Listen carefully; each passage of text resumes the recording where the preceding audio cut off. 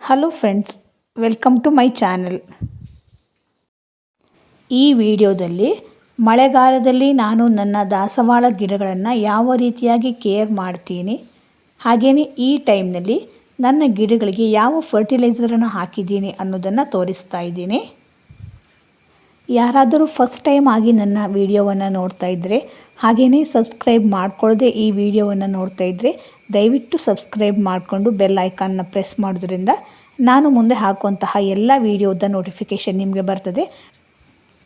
ಪಾಟಿನಲ್ಲಿ ನೆಟ್ಕೊಂಡಿರುವಂತಹ ಗಿಡಗಳನ್ನು ಆದಷ್ಟು ನಾವು ತಿಂಗಳಿಗೊಮ್ಮೆ ಆದರೂ ಕ್ಲೀನ್ ಮಾಡ್ಕೊಳ್ತಾನೆ ಇರಬೇಕು. ಹಾಗೆ ನಾವು ಕ್ಲೀನ್ ಮಾಡ್ಕೊಳ್ಳದೇ ಇದ್ದರೆ ಗಿಡದಲ್ಲಿ ಅನ್ವಾಂಟೆಡ್ ಪ್ಲ್ಯಾಂಟ್ಸ್ಗಳು ಹುಟ್ಟಿಕೊಳ್ತವೆ, ಅಂದರೆ ಕಳೆ ಗಿಡಗಳು, ಬೇಡವಾದ ಗಿಡಗಳು ಹುಟ್ಟಿಕೊಳ್ತವೆ. ಆವಾಗ ನಾವು ಗಿಡಕ್ಕೆ ಹಾಕುವಂತಹ ಫರ್ಟಿಲೈಸರ್ನ ಈ ಬೇಡವಾದ ಕಳೆ ಗಿಡಗಳೇ ಹೀರ್ಕೊಂಡು ಬಿಡ್ತವೆ. ಆಗ ನಾವು ನೆಟ್ಟಂತಹ ಗಿಡಗಳ ಬೆಳವಣಿಗೆ ಕುಂಠಿತವಾಗ್ತದೆ. ನೀವಿಲ್ಲಿ ನೋಡ್ತಾ ಇದ್ದೀರಾ, ನಾನು ಪಾಟ್ನಲ್ಲಿ ನೆಟ್ಕೊಂಡಿರುವಂತಹ ಗಿಡಗಳಲ್ಲಿ ಎಷ್ಟೊಂದು ಕಳೆ ಗಿಡಗಳು ಹುಟ್ಕೊಂಡಿವೆ ಅಂತ. ಯಾಕೆ ಅಂತ ಹೇಳಿದರೆ ಸ್ವಲ್ಪ ಬ್ಯುಸಿ ಇದ್ದ ಕಾರಣ ಗಾರ್ಡನ್ನ ಯಾವುದೇ ಕೆಲಸವನ್ನು ಮಾಡಲಿಕ್ಕೆ ಹೋಗಲಿಲ್ಲ. ಗಾರ್ಡನ್ನಲ್ಲಿ ಯಾವುದೇ ಕೆಲಸವನ್ನು ಮಾಡಲಿಕ್ಕಾಗಲಿಲ್ಲ, ಅದಕ್ಕೋಸ್ಕರ ವಿಡಿಯೋವನ್ನು ಕೂಡ ಅಪ್ಲೋಡ್ ಮಾಡಲಿಕ್ಕೆ ಆಗ್ತಾಯಿಲ್ಲ. ಪ್ರತಿ ವರ್ಷ ನಾನು ಮಳೆಗಾಲ ಸ್ಟಾರ್ಟ್ ಆದ ಕೂಡಲೇ ನರ್ಸರಿಗೆ ಒಂದು ಸಲ ವಿಸಿಟ್ ಮಾಡಿ ನನಗೆ ಬೇಕಾಗಿರುವಂತಹ ಕೆಲವೊಂದು ಗಿಡಗಳನ್ನು ಪರ್ಚೇಸ್ ಮಾಡಿಕೊಂಡು ಬರ್ತಾಯಿದ್ದೆ. ಆದರೆ ಈ ವರ್ಷ ಇನ್ನೂ ಹೋಗಲಿಲ್ಲ. ಇದರಲ್ಲಿ ಒಂದು ಟೋರ್ನಿಯಾ ಪ್ಲ್ಯಾಂಟ್ ಇದೆ ನೋಡಿ, ಪಿಂಕ್ ಕಲರ್ ಹೂವಾಗುವಂತಹ ಪ್ಲ್ಯಾಂಟ್. ಇದು ಬೇಸಿಗೆಗಾಲದ ಟೈಮಲ್ಲಿ ತುಂಬಾ ಹೂ ಬಿಡ್ತಾಯಿತ್ತು, ಅದಕ್ಕೋಸ್ಕರ ಇದನ್ನು ತೆಗಿಲೇ ಇಲ್ಲ, ಹಾಗೆ ಬಿಟ್ಟಿದ್ದೀನಿ. ಈಗ ಕಳೆ ತೆಗೆಯುವ ಟೈಮಲ್ಲಿ ಅದನ್ನು ತೆಗಿಲೇಬೇಕು. ಹಾಗೆ ಇದರಲ್ಲಿ ಒಣಗಿ ಹೋಗಿರುವಂತಹ ಕೆಲವು ಸ್ಟೆಮ್ಗಳಿವೆ, ಅದನ್ನು ಕೂಡ ಕಟ್ ಮಾಡಿ ತಗೊಳ್ತೀನಿ. ಪ್ರತಿ ತಿಂಗಳಿಗೊಮ್ಮೆ ನಾವು ಪಾಟನ್ನು ಕ್ಲೀನ್ ಮಾಡುವಂತಹ ಟೈಮಲ್ಲಿ ಗಿಡವನ್ನು ಕೂಡ ಚೆನ್ನಾಗಿ ಅಬ್ಸರ್ವ್ ಮಾಡ್ಕೊಳ್ಬೇಕು. ಯಾಕೆಂದರೆ ಒಣಗಿ ಹೋಗಿರುವ ಕಡ್ಡಿಗಳು ಹಾಗೆಯೇ ಯಾವುದಾದ್ರೂ ಸ್ಟೆಮ್ಗಳು ಕೊಳೆತು ಹೋಗಿದ್ದರೆ ಅದನ್ನು ಕೂಡಲೇ ನಾವು ಕಟ್ ಮಾಡಿ ತಗೊಳ್ಬೇಕು. ಹಾಗೆ ಕಟ್ ಮಾಡಿ ತೆಗೆಯೋದ್ರಿಂದ ಹೊಸ ಚಿಗುರು ಬರಲಿಕ್ಕೆ ಸ್ಟಾರ್ಟ್ ಆಗ್ತದೆ. ಇದು ನಾನು ಲಾಸ್ಟ್ ಟೈಮ್ ನರ್ಸರಿಯಿಂದ ತಂದಂತಹ ದಾಸವಾಳ ಗಿಡಗಳು.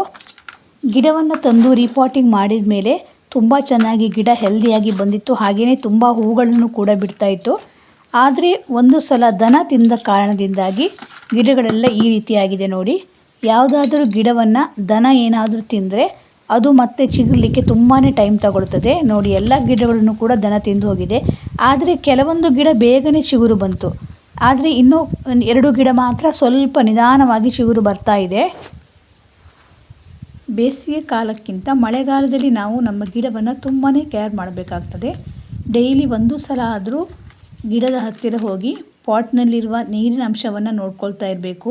ನೀರು ನಿಲ್ಲಲಿಕ್ಕೆ ಬಿಡಬಾರ್ದು, ನೀರು ಜಾಸ್ತಿ ಆಗಿದೆ ಅಂತ ನೋಡ್ಕೊಳ್ತಾ ಇರಬೇಕು. ಹಾಗೆಯೇ ಯಾವುದಾದ್ರೂ ಹುಳುಗಳ ಬಾಧೆ ಇದೆಯಾ ಗಿಡಕ್ಕೆ ಅಂತ ನೋಡ್ಕೊಳ್ಬೇಕು. ಮತ್ತು ಗಿಡಕ್ಕೆ ಯಾವುದಾದ್ರೂ ಫಂಗಸ್ ಅಟ್ಯಾಕ್ ಆಗಿದೆಯಾ ಅಂತ ನೋಡ್ಕೊಳ್ತಾನೆ ಇರಬೇಕಾಗ್ತದೆ. ತುಂಬ ಮಳೆ ಬರುವಂತಹ ಜಾಗದಲ್ಲಿ ನಾವಿದ್ದರೆ ಗಿಡಗಳನ್ನು ಆದಷ್ಟು ಎತ್ತಿ ಒಳಗಡೆ ಇಟ್ಕೊಳ್ಬೇಕು. ಯಾಕೆಂತ ಹೇಳಿದರೆ 1-2 ತಿಂಗಳ ಕಾಲ ಡೈಲಿ ಮಳೆ ಬರ್ತಾ ಇದ್ದರೆ ಹಾಗೆ ಗಿಡ ಕೊಳೆತು ಹೋಗುವಂತಹ ಚಾನ್ಸಸ್ ಜಾಸ್ತಿ ಇರ್ತದೆ. ನಾನಿಲ್ಲಿ ಇಷ್ಟು ದಿವಸಗಳ ಕಾಲ ಈ ಎಲ್ಲ ದಾಸವಾಳ ಗಿಡಗಳನ್ನ ಡೈರೆಕ್ಟ್ ಮಳೆ ನೀರಿಗೆ ಇಟ್ಕೊಂಡಿದ್ದೆ.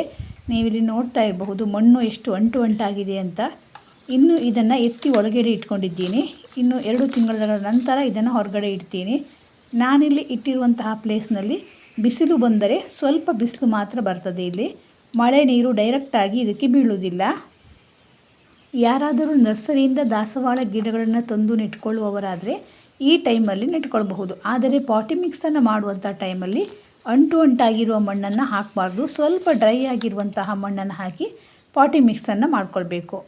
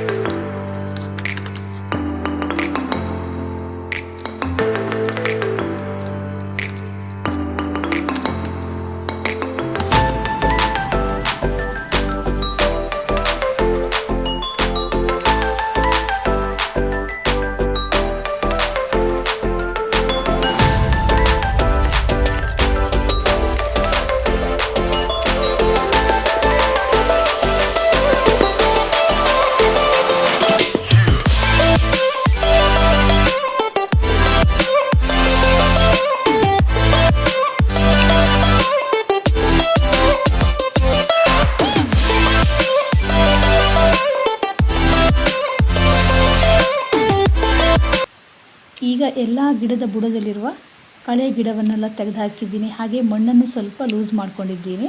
ಮತ್ತು ಇದೊಂದು ಗಿಡವನ್ನು ಸ್ವಲ್ಪ ಟ್ರಿಮ್ ಮಾಡ್ಕೊಳ್ತಾ ಇದ್ದೀನಿ. ಇನ್ನು ಇದಕ್ಕೆ ಯಾವ ಫರ್ಟಿಲೈಸರನ್ನು ಹಾಕಿದ್ದೀನಿ ಅನ್ನುವಂಥದ್ದನ್ನು ತೋರಿಸ್ತೀನಿ. ನಾನಿಲ್ಲಿ ಬಾಳೆಹಣ್ಣಿನ ಸಿಪ್ಪೆಯನ್ನು ಫರ್ಟಿಲೈಸರ್ ಆಗಿ ಯೂಸ್ ಮಾಡ್ಕೊಳ್ತಾ ಇದ್ದೀನಿ. ಬಾಳೆಹಣ್ಣಿನ ಸಿಪ್ಪೆಯನ್ನು ನಾನು ಬೇಸಿಗೆಗಾಲದ ಟೈಮಲ್ಲಿ ಲಿಕ್ವಿಡ್ ಫರ್ಟಿಲೈಸರ್ ಮಾಡಿ ತುಂಬ ಸಲ ಹಾಕಿದ್ದೆ. ಆದರೆ ಈಗ ಮಳೆ ಬರ್ತಿರುವ ಕಾರಣ ಇದನ್ನು ಲಿಕ್ವಿಡ್ ಫರ್ಟಿಲೈಸರ್ ಮಾಡಿ ಹಾಕುವಂತಹ ಅಗತ್ಯ ಇಲ್ಲ.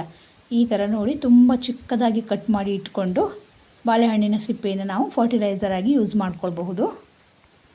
ಮಳೆಗಾಲದ ಟೈಮಲ್ಲಿ ಗಿಡಗಳಿಗೆ ಲಿಕ್ವಿಡ್ ಫರ್ಟಿಲೈಸರ್ ಹಾಕುವುದಕ್ಕಿಂತ ಡ್ರೈ ಆಗಿರುವ ಫರ್ಟಿಲೈಸರ್ ಹಾಕೊಳ್ಳೋದೇ ಒಳ್ಳೆಯದು. ಯಾಕೆಂದರೆ ಮಳೆಗಾಲದಲ್ಲಿ ಗಿಡಗಳಿಗೆ ಲಿಕ್ವಿಡ್ ಅಂಶ ಜಾಸ್ತಿ ಬೇಕಾಗುವುದಿಲ್ಲ.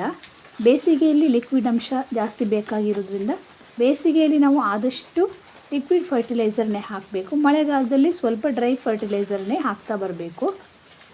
ಈ ಬಾಳೆಹಣ್ಣಿನ ಸಿಪ್ಪೆಯಿಂದ ನಾವು 3 ರೀತಿಯಾಗಿ ಫರ್ಟಿಲೈಸರನ್ನು ಮಾಡಿ ಹಾಕ್ಕೊಳ್ಬಹುದು.